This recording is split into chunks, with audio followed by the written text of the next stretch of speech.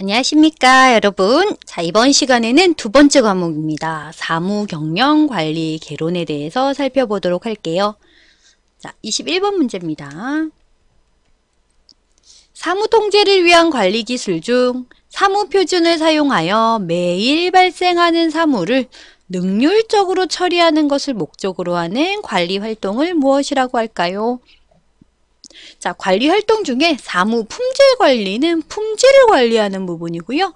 사무 공정 관리가 사무 통제를 위한 관리 기술 중에서 사무 표준을 사용해서 매일 발생하는 사무를 능률적으로 처리하는 것을 목적으로 하는 관리 활동을 공정관리라고 얘기를 해요. 그래서 정답은 2번입니다. 사무 외주 관리는, 외주는 그 사회, 우리 회사 말고 외주에 대한 관리를 하는 거고요. 원가 관리는 금액적으로 원가를 관리하는 행동을 얘기하는 거죠. 정답은 2번입니다. 자, 22번 결제에 관한 설명입니다. 옳지 않은 것은요. 결제는 결제권자가 서명란에 결제를 하는 것을 결제라고 얘기를 해요. 이게 결제인데 결제는 두 가지의 경우가 있어요. 결제권자가 결제를 하면 상관이 없는데 결제권자가 결제를 못하게 되는 상황이 있겠죠. 그럴 때 두 가지의 결제가 있습니다. 전결과 대결이라는 게 있어요. 전결은 결제권자가 결제를 네가 해 라고 위임을 해요. 그렇게 위임받은 자가 행하는 결제를 전결이라고 해요. 이 전결은 결제권을 위임받은 사람이 하는 결제를 전결이라고 합니다. 그리고 대결이 있는데요. 대결은 대신 결제하는 거예요. 기존의 결제권자가 결제를 못해요. 결제를 못하는 경우는 보통 어떤 경우가 있냐면 출장을 갔거나 아니면 뭐 아파서 병원에 입원을 했거나 이런 식으로 뭔가 결제를 할 수 없는 상황이 생겼을 때 그 직무를 대리하는 자가 행하는 결제를 대결이라고 합니다. 전결은 전권을 위임받은 사람이 결제를 하는 거고요. 대결은 대신 결제하는 거예요. 자, 그러면 위임 전결하는 경우, 자, 이 전결의 경우입니다. 전결하는 사람의 서명란에 전결을 표시한 후에 서명을 해줘야 돼요. 그래서 전결을 표시하는 방법은 전결하는 사람의 서명란에 전결이라고 표시한 후에 서명을 해주는 게 전결 표시 방법입니다. 자, 일반적으로는 결제권자가 서명란에 직접 결제하는 게 원래의 결제인데 전결일 경우는 전결하는 사람의 서명란에 전결을 표시하고 서명하는 거예요. 자, 2번은 맞는 경우고요. 그럼 대결하는 경우 한번 볼까요? 대결하는 경우에는 대결하는 사람의 서명란에 대결을 표시하고 서명하여야 한다라고 되어 있는데 우리 대결일 경우 볼게요. 이 대결일 경우는 위임 정결 사항이 아닌 경우가 있고요. 위임 정결 사항인 경우가 있어요. 위임 정결 사항이 아닌 경우 대결을 할 때는 그냥 방금처럼 대결하는 사람의 서명란에 대결을 표시하고 서명을 해주면 돼요. 그래서 일반인 경우, 일반 대결을 하는 경우에는 대결하는 사람의 서명란에 대결이라고 표시하고 서명을 하면 됩니다. 그런데 위임 정결 사항을 대결하는 경우는 또 틀려요. 위임 정결 사항을 대결하는 경우는 결제권자의 서명란에 전결이라고 표시를 해요. 그런 다음에 표시를 하고요. 대결하는 사람의 서명란이 또 있어요. 전결권자의 서명란이 또 있고 대결권자의 서명란이 또 있어요. 거기다가 대결이라고도 또 표시를 한 후에 서명을 해줘야 돼요. 전결하는 사람의 서명란에 대결이라고 표현하는 게 아니라 전결하는 사람의 서명란에 전결, 그리고 대결하는 사람란에 대결이라고 표시를 합니다. 결제권자의 서명란에는 전결, 대결하는 사람의 서명란에는 대결, 그리고 서명을 해주시면 돼요. 되셨죠? 그래서 정답은 4번이 틀렸네요. 위임 정결 사항을 대결하는 경우에는 결제권자의 서명란에 전결 표시하고 서명, 대결하는 사람의 서명란에 대결이라고 표시한 후 서명한다 라고 해야 맞는 내용이 되겠죠. 정답은 4번입니다. 23번 고객관계관리 CRM, 이 고객관계관리도 시험에 엄청 자주 나와요. 얘 좀 잘 봐둘게요. 자, 얘는 고객과의 관계를 관리하는 거예요. 그러니까 고객관리라고 보시면 됩니다. 고객을 관리하는 고객 관리를 얘기한다 라고 보시면 되고요. 기대효과와 가장 거리가 먼 것은요. 자, 이 CRM의 기대효과를 보면 업무를 개선할 수 있어요. 고객과 관계가 좋아지면 고객 관계도 개선이 되고요. 업무도 개선이 되고 판매도 높아지겠죠. 판매 향상, 그리고 재무 효과도 있고요. 변화 관리도 있어요.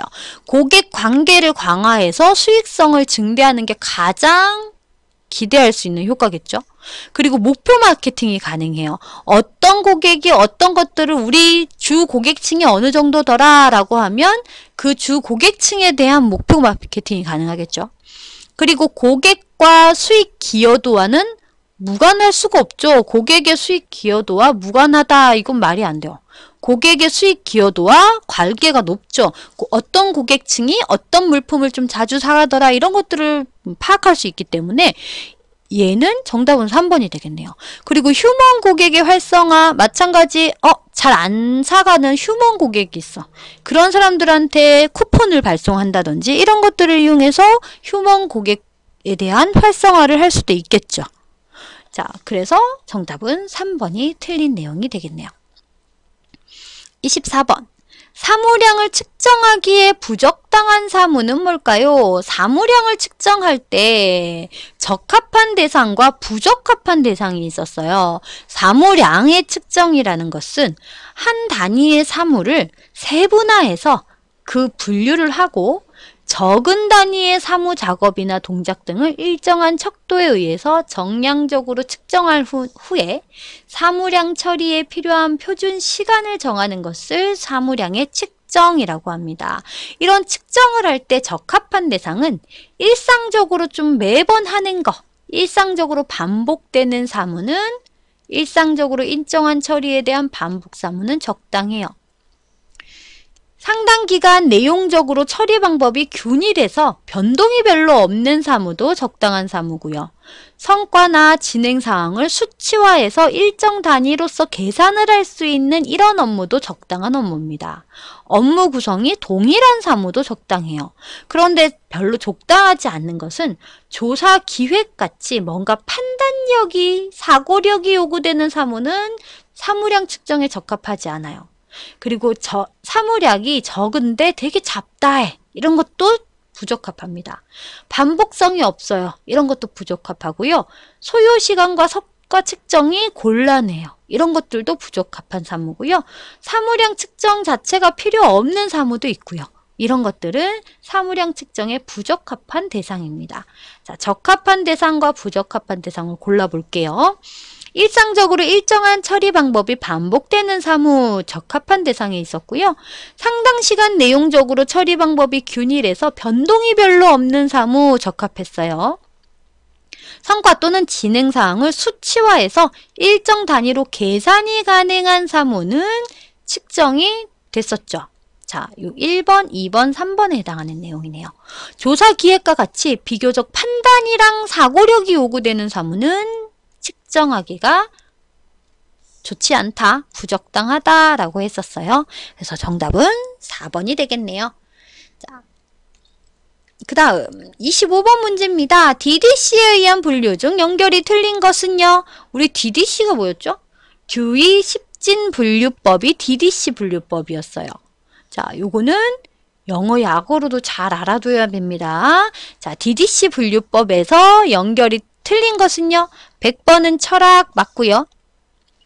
200번은 종교네요. 기술 아니고요. 종교. 정답은 2번. 300번은 사회과학 맞고요. 500번은 순수과학. 순수과학이 자연과학 같은 의미입니다. 순수과학, 자연과학. 자, 맞고요. 정답은 2번. 종교가 틀렸네요. 그 다음 26번 카드, 도면, 대장 등과 같이 주로 사람, 물품 또는 권리관계 등에 대한 사항이나 관리나 확인 등에 수시로 사용되는 기록물을 뭐라고 할까요? 일단 먼저 우리가 카드나 도면 대장 같이 뭔가 수시로 사용되는 이런 기록물들을 비치 기록물이라고 해요. 비치해 놓고 언제나 수시로 사용할 수 있게끔 나타내주는 기록물을 비치 기록물이라고 얘기를 합니다. 얘는 관리 같은 것들이 수시로 확인이 돼야 되기 때문에 수시로 사용되는 기록물을 비치해 놓고 사용한다라고 해서 비치 기록물이라고 하고요. 이 전자기록물이라는 것은 전자기기로 작성된 기록물이어야 돼요. 컴퓨터로 작성을 해서 이메일로 받았거나 뭐 이런 기록물들을 전자기록물이라고 얘기를 합니다. 자, 정답은 2번이 되겠네요. 27번. 경영 전략에 따른 의사결정에 대한 안소프라는 사람의 주장과 가장 관계가 없는 것은요. 이 안소프의 주장을 좀 볼게요. 안소프, 앤소프, 안스프 다 같은 의미입니다. 영어라서 사람 이름을 부르는 거에 따라 좀 틀려지죠. 자, 앤소프가 분류한 의사결정의 유형에는 전략적인 의사결정이 있고요. 관리적인 의사결정이 있었어요. 그리고 업무적인 의사결정도 있었고요. 운영에 대한 의사결정도 있었고요. 자, 전략적인 의사결정을 보면 기업의 경영활동과 기업의 외부의 환경과의 관계에서 발생하는 문제, 기업의 경영활동에 근본적인 영향을 끼치는 문제들에 대한 의사결정을 전략적인 의사결정이다 라고 했어요. 이런 전략적인 의사결정들은 기업의 경영활동이라고 하는 것은 기업이 뭔가 상품을 팔거나 이런 것들에 대한 상품에 대한 시장 선택 이런 것들도 전략적인 의사결정 활동에 속하는 부분이고요. 그리고 경쟁상의 이점이 포함되는지 안 되는지 경영활동 이런 것들 그리고 성장 벡터 이런 것들도 우리 경영이 어떤 식으로 성장을 할 것인가 이런 것들도 전부 다 이런 전략적인 의사결정에 포함되는 거죠. 네, 환경적인 정보는 포함되지 않아요.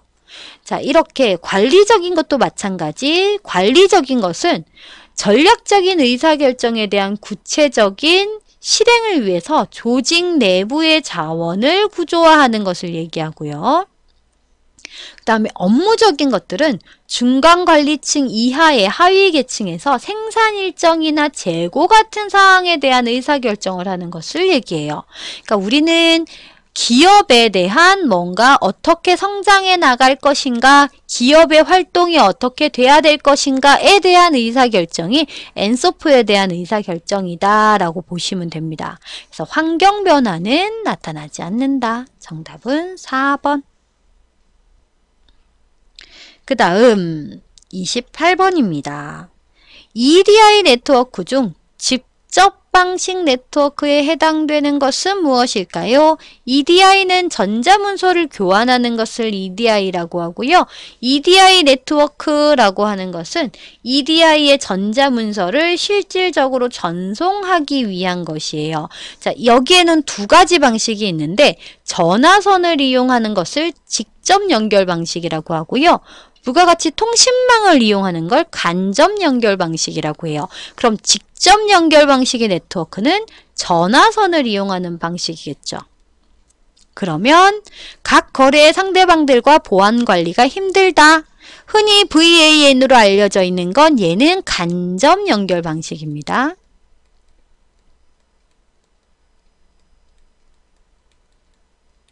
자, 그러면 가장 발전된 형태가 1대 다중접속, 전화선은 1대 다중접속 방식이 아니죠. 송신자와 사용자 간의 통신 시간대를 조정할 수 있다. 얘도 통신 시간대를 조정할 수 있다? 요거는 아닌 것 같아요. 지금 여기서 간접 방식은 전화선을 이용한 직접 연결 방식인데 각 거래 상대방들과 보안 관리가 힘들다라는 게 맞겠네요. 각 거래 상대방들과 전화선으로 직접 방식으로 네트워크를 하게 되면 전화를 이용한 거잖아요. 그래서 보안 관리가 힘듭니다. 아래쪽에는 전부 다 간접 방식에 대한 내용이에요. 1대 다중 접속이 가능하죠. 이거는 네트워크를 이용한 방식이기 때문에요. 그래서 네트워크를 이용하면 언제든지 통신 시간대를 조정해서 나타낼 수도 있고요. 그리고 네트워크를 이용하기 때문에 보안도 강화되어 있어요. 그래서 정답은 1번이 옳은 얘기가 되겠네요. 직접 방식에 대한 것. 나머지 2, 3, 4번은 간접 연결 방식에 의한 거네요. 자, 이렇게 구분을 해주셔야 될 것 같아요. 정답은 1번. 29번 계획화에 대한 내용입니다. 거리가 먼 것은요. 자, 계획화라는 것은 사무계획화를 의미합니다. 경영에 필요한 내용들에 대한 목표를 설정해요. 그리고 그 목표를 위해서 어떻게 수행할 것인가 라는 것에 대한 방향, 지침, 절차를 수행하는 것을 계획화다라고 얘기를 합니다. 목표와 목적을 설정하는 거 맞고요. 자금을 어떻게 갖고 올 것인가 구성 요소에 보면은 예산, 어떻게 자금을 가져올 것인가 이런 것들도 마찬가지 맞고요. 그다음 실시 가능한 안 중에 최선의 안을 선택하는 것이죠. 맞고요. 업무 처리 결과에 대한 분석은 계획과는 관계가 없어요. 얘는 나중에 평가하는 부분이라고 보시면 돼요. 이건 나중에 분석에 대한 부분이고요. 계획은 하기 전에 미리 하는 거죠. 얘는 업무 처리 전에 미리 목표를 설정하고 예산 편성을 하고 어떤 것을 할 것인지 최선안을 선택하고 이런 것들이 계획화에 대한 내용이겠죠. 정답은 4번이 틀렸네요. 그 다음 30번입니다. 사무실을 배치할 때 일반적인 목표라고 할 수 없는 것은요. 사무실의 배치는 사무 작업에 대한 흐름이 효율적으로 수행되도록 하기 위한 게 가장 큰 사무실을 배치하는 목적입니다. 사무 작업의 흐름을 효율적으로 수행하도록 하는 거죠. 사무실의 경쟁성을 높이고요. 사무 원가가 저하될 수 있도록 고려를 해줘야 됩니다. 사무원의 근로 의욕도 높일 수 있게끔 근무 환경을 잘 만들어줘야 되고요. 고객들이나 방문객들에게 좋은 인상을 줄 수 있어야 됩니다. 사무원의 편의를 촉진시키고 만족감도 줄 수 있어야 되고요. 업무의 성격이 잘 표현되어야 해요. 이게 사무실의 배치 목표입니다. 자, 여기에 맞는 것들 한번 찾아볼까요? 작업에 대한 흐름을 효율적으로 수행하게끔 만들어줘야 돼요. 첫 번째 있었죠. 사무실의 경제성을 높이고 사무 원가가 절감될 수 있도록 고려해야 합니다. 여기도 있었고요. 사무원의 근로 의욕을 높일 수 있는 근무 환경을 잘 만들어야 한다도 여기 있었어요. 그리고 업무의 성격이 표현돼야 한다라고 되어 있죠. 표현되지 않도록이 아니고 표현되어야 한다라고 해야 되겠네요. 정답은 4번. 자, 사무실 배치의 일반적인 목표였습니다. 31번 EDI에 대한 설명 중 옳은 걸 찾아볼까요? 자, 옳은 걸 찾아볼게요. EDI는 전자문서입니다. 자, EDI라는 것은 컴퓨터를 통해서 문서를 상호 교환하고 컴퓨터를 통해서 그 문서가 처리되는 것을 EDI라고 얘기를 해요. 자, EDI가 발생한 이유는 통신을 이용해서 뭔가 처리를 많이 하고 있어요. 지금 뭔가 상거래도 전자상거래 형태로 많이 변경이 되고 있고요. 그리고 우리가 업무 처리도 신속하게 업무 처리를 할 수 있고요. 대량의 정보 처리도 많이 처리할 수 있고요. 그리고 사람이 실제 하는 건 비용이 너무 많이 들게 되는 거죠. 외부 정보에 의존하는 현상도 많이 커지고 있고요. 그래서 전자적으로 문서를 처리하는 것이 많이 증가하고 있는 실정입니다. 자, 그런 EDI에 대한 설명 중 옳은 걸 찾아줄게요. EDI는 주로 일반 소비자와의 거래에 이용된다. 일반 소비자와 일반 판매자의 사이에서 이용되는 것보다는 전자상거래에서 이용이 된다. 라고 해야 되는 게 맞겠죠. 전자 상거래 쪽에서 이용이 많이 되고 있습니다. 그리고 기업 간에도 많이 이용이 되고 있고요. 송신 측, 얘는 보내는 쪽이에요. 보내는 사람. 보내는 측에서 문서 발송 비용이 증가된대. 이메일 같은 걸로 보내게 되면 따로 비용이 추가되지 않죠. 그런데 만약에 얘를 등기 우편이나 이런 걸로 보내면 비용이 생기게 되겠죠. 그걸 뭐 한 사람한테 보내는 게 아니라 한 1000명한테 보낸다고 하면 등기 우편 비용이 많이 증가되겠죠. 그런데 이메일 같은 경우는 1000명한테 보내도 비용이 발생하지 않아요. 그래서 비용이 증가되진 않아요. EDI는 거래에 대한 서식을 표준 양식에 맞춰서 거래하는 방식입니다. 맞아요. 얘네들은 문서에 대한 서식을 인터넷상에서 딱 짜놔요. 그리고 나서 거기에 맞춰서 거래를 하는 방식을 EDI 방식이라고 하죠. 수신 측에서 문서를 재입력할 때 비용이 증가된다 그렇지도 않죠. 문서를 입력하고 보내고 할 때 따로 비용이 발생하지 않습니다. 정답은 3번이 돼야 되겠네요. 32번. 문서 보존의 일반 원칙과 가장 관계가 없는 것은요? 자, 문서 보존의 원칙을 한번 볼게요. 보존 문서는 가능한 한 줄이는 게 좋습니다. 문서를 보존하면 보존할 수 있는 그 기관이 있어야 되는데 그 기관의 보존 문서가 너무 많게 되면 더 이상 보존할 수 있는 문서를 받기가 쉽지 않겠죠. 보존은 보통 연구 보존이 많은데 폐기도 안 되기 때문에 보존 문서는 가능한 줄이는 게 좋습니다. 보존 문서 규정을 만들어서 준수해줘야 되고요. 권위가 없는 문서는 되도록 작성을 안 하는 게 좋습니다. 작성했을 경우 보존 기간을 최소화하는 게 좋고요. 보존 기간이 경과된 문서는 폐기하는 게 공간을 늘릴 수 있는 방법이죠. 규정에 의해서 보존 문서를 정리, 폐기를 자주 하는 게 좋습니다. 자, 그럼 보존 원칙에 따라서 관계없는 걸 찾아볼까요? 보존할 문서는 가능한 줄이는 게 맞죠. 규정에 따라서 보존 문서의 정리, 폐기는 주기적으로 수행하는 게 좋습니다. 문서 보존 규정을 만들고 이를 준수하는 게 좋겠죠. 훼손이 돼서 활용이 불가능하다면 보존할 필요가 없습니다. 정답은 4번. 훼손이 돼도 활용이 가능하면 보존을 할 수 있지만 훼손이 돼서 활용이 불가능하다면 보존할 필요가 없죠. 정답은 4번입니다. 33번 한번 볼까요? 자, 쾌적한 사무실의 공기를 유지하기 위한 포름알데히드의 관리 기준이 얼마일까요? 자, 산업안전보건기구에 따른 사무실에 적정한 공기 기준입니다. 산소 농도는 18에서 23.5%, 탄산가스는 1.5% 미만, 황화수소 농도는 10ppm 미만, 환경부에서 고시한 포름알데히드 기준치는 0.1ppm 이하입니다. 요거는 알아둘게요. 0.1ppm 이하. 포름알데히드는 0.1ppm 이하입니다. 힉스라는 사람이 사무 업무에 대한 분류를 했대요. 그 내용이 아닌 걸 찾아볼까요? 자, 힉스의 사무 분류 볼게요. 힉스는 기록과 보고서에 대한 어떤 분류를 했어요. 기록과 보고서의 준비, 그리고 기록에 대한 보존, 그리고 계산, 급여 계산이라든지 원가 계산이라든지 회계 계산이라든지 이런 계산하는 업무가 있고, 커뮤니케이션, 회의나 명령, 전담, 면담 이런 것들의 커뮤니케이션 업무가 있었어요. 이런 힉스가 분류한 사무에 대한 내용이 아닌 것 찾아볼까요? 기록에 대한 보존, 파일에 대한 보존에 대한 게 있었죠. 정보의 검색과 가공, 얘는 없었는 것 같아요. 그쵸? 자, 커뮤니케이션 마지막에 있었어요. 전화나 보고서, 회의, 명령, 면담 이런 것들. 그리고 기록과 보고서 준비는 송장, 세금 계산 이런 것들이 있었죠. 정답은 2번이 없었네요.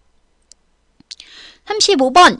현대적인 사무관리에 3S가 있었어요. 해당하지 않는 것은요. 기억나나요? 현대적인 사무관리에 3가지 S가 있었습니다. 먼저 표준화, 그 다음 간소화, 스탠다드리제이션, 간소화, 심플리피케이션, 전문화, 스펠리제이션 3가지. 표준화, 간소화, 전문화입니다. 스탠다드, 심플, 그 다음 스페셜리 3가지. 자, 그럼 스탠다드 표준화, 그 다음에 심플리케이션 간소화, 그 다음에 시뮬레이션은 아니죠. 왜 없었어요? 스펠리티제이션 전문화 요 3가지였죠. 정답은 3번이겠네요. 36번 사물을 위한 작업의 구성 요소와 가장 관계가 없는 것은 뭘까요? 사물을 위한 작업 구성 요소는 정보를 분류하고 정리하는 단계가 있고요. 계산, 그리고 기록, 면담하는 작업 구성 요소가 있었어요. 정보에 대한 분류, 정리, 그다음 계산, 기록 또는 면담, 요렇게 정보에 대한 예측은 미리 해야 되죠. 사물 작업을 하기 전에 미리 예측하고 목표를 세우고 하는 것이 정보 예측이겠죠. 정답은 3번이네요. 다음 중 티클러 시스템, 컴업 시스템 등이 속하는 사무 관리의 수단은 뭘까요? 이 티클러 시스템이라는 것은 사무의 통제 수단입니다. 사무 통제 수단에 들어가는 단계예요. 일정표라든지 차트, 카드, 전달판, 간트 차트, 자동 독촉 제도가 컴업 시스템입니다. 얘가 컴업 시스템, 티클러 시스템 이런 것들, PRT 타임, MBO, 목표 관리 이런 것들이 사무 통제 수단에 속하는 어떤 관리 수단입니다. 정답은 사무 통제에 들어가겠네요. 3번. 38번 정보 보안의 3요소가 아닌 것은요. 정보 보안의 3요소는 시험에 자주 나와요. 예, 시험에 좀 자주 나옵니다. 기밀성, 무결성, 가용성 세 가지입니다. 기밀성, 무결성, 가용성.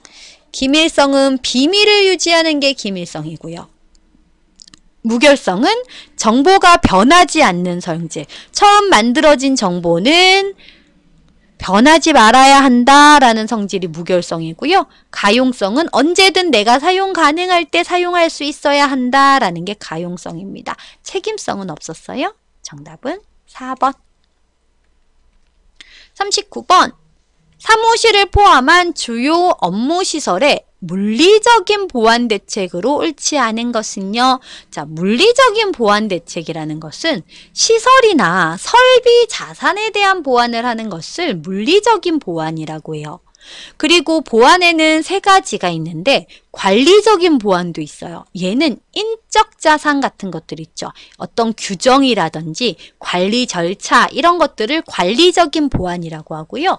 기술적인 보안이 있어요. 이건 정보, 인터넷이라든지 정보 자산에 대한 보안을 기술적인 보안이라고 얘기를 합니다. 그러면 이 중에 물리적인 보안 대책으로 옳지 않는 거다라고 했으니까 시설이나 설비에 대한 보안이 아닌 걸 찾으면 되겠네요. 출입에 인가되지 않은 외부인 등의 접근을 차단하기 위해서 센서를 이용해서 근접 탐지 시스템, 적외선 감지 시스템 같은 것들을 활용하는 것은 물리적인 내 시설을 보완하는 형태죠. 맞아요. 화재를 대비해서 화재 감지기에 대한 설치를 운용한다. 이것도 물리적인 시설 설비죠.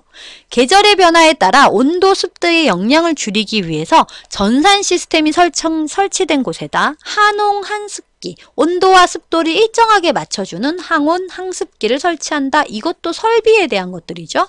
불법 소프트웨어에 대한 침입을 감시하고 대처하기 위한 안티바이러스를 설치한다. 이거는 인터넷 정보에 대한 자산을 보호하는 거잖아요. 그래서 얘는 정보 자산에 대한 보안, 기술적인 보안에 해당하는 거예요.